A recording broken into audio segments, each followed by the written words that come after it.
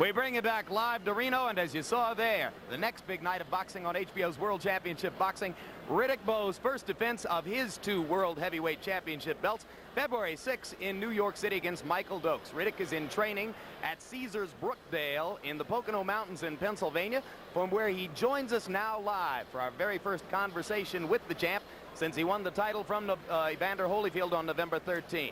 Welcome again, Riddick. How you doing? I'm doing pretty good, and you? All right, your thoughts about Tommy Morrison against Carl Williams? Well, I thought the fight was very exciting, but you got to keep in mind we had 2 limited guys in there, so therefore it was, you know, rather exciting. Do you regard Tommy Morrison as a legitimate contender for a heavyweight title shot? I guess in due time, but right now he still has a lot to learn. Riddick, it's quite unusual for a man to win the championship as you did in November and come back in less than 3 months' time for your first defense. What's your motivation for wanting to fight Dokes as early as February 6th? Well, I'm yet young, and I figure, you know, I still have a lot to learn myself, and there's no reason to procrastinate.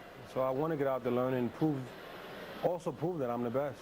Since we last spoke to you, one of the 3 heavyweight championship belts was stripped from you by the WBC because of the absence of an agreement between yourself and Lennox Lewis to go ahead and fight. Any second thoughts about your actions in contributing to the stripping of that belt? No, not at all. Let me correct you on something. They didn't strip me. I stripped them. All right. Well, a lot of people had thought that your first title defense would be against George Foreman. That, of course, is not yet taking place. Do you still see George as a potential heavyweight contender? Well, most definitely. George is big, he can punch, and he's dangerous. So I'm hoping that he can get through this bout, get through Tommy Morrison, and then hopefully him and I can bump heads. Getting through the bout is one thing. Looking impressive is another, particularly when a guy is 44 years old and his continued participation is open to question in the minds of many in the public. What, in your view, does George have to do against Kutzer here tonight in order to retain his status as a contender? To win, and to win impressively.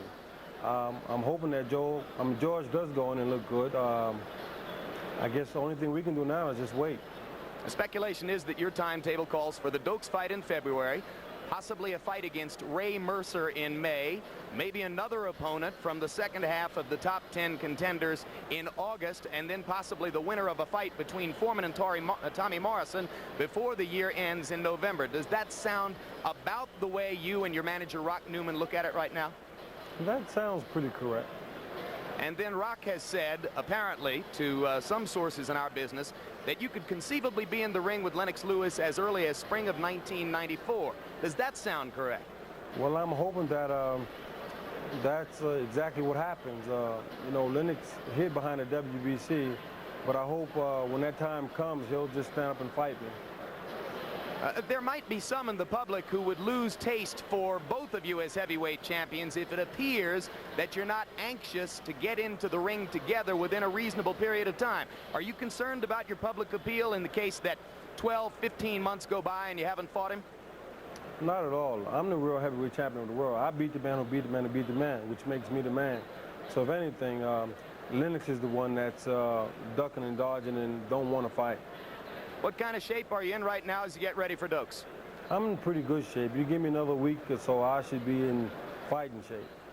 And what do you expect from Michael on that night in New York, February 6th?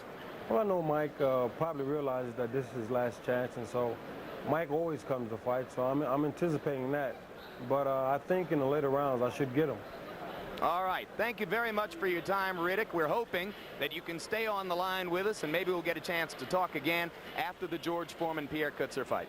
It'll be my pleasure. All right. Riddick Bowe, the 2-belt heavyweight champion, joining us from the Brookdale Caesars in the Poconos. So we have finished the first half of our business for tonight as Tommy Morrison got the 8th round TKO over Carl the Truth Williams. Again, we remind you, we'll be back on Saturday, February 6th to bring you Riddick Bowe against Michael Dokes, 9:30 p.m. Eastern Time, 6:30 p.m. Pacific Time, live here on HBO.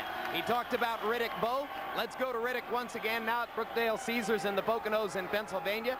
Riddick, you heard what George says about you, that you deserve a spanking. Obviously, he's referring to the fact that the tentative plan for a fight between yourself and George did not come off. What happened, if anything, in the negotiation between your manager, Rock Newman, and George Foreman's people for a possible Bowe-Foreman defense? Well, George kind of thought like he was a champion, unfortunately, but Whenever George wants to fight, or whoever, any heavyweight out there for that matter, I'm willing and able. Did it not happen because George asked for half the money and equal billing with you? And then some. And then some. All right, well, that's not terribly surprising, frankly. Riddick, you said that he had to win and win impressively to maintain his status as a contender. Did he fulfill that prerequisite? Well, not really. He let Pierre carry him into, you know, the 8th or 9th round. I thought George should have had the ability to stop Pierre a bit sooner. So at this moment, is Tommy Morrison the more attractive contender than George Foreman? I would have to think so, but I'm confident I can knock both of them out on the same night. There have been some talk, or there has been some talk about a Morrison-Foreman fight. Do you expect that it would ever happen? Well, again, you know, I think they're compatible, so I think that fight would be very interesting. All right, Riddick, we've kept you up late tonight to watch both of these fights. We appreciate that. I know you'll be back in training tomorrow, and we're looking forward to seeing you in Madison Square Garden on February 6th. Okay. All right, thanks very much.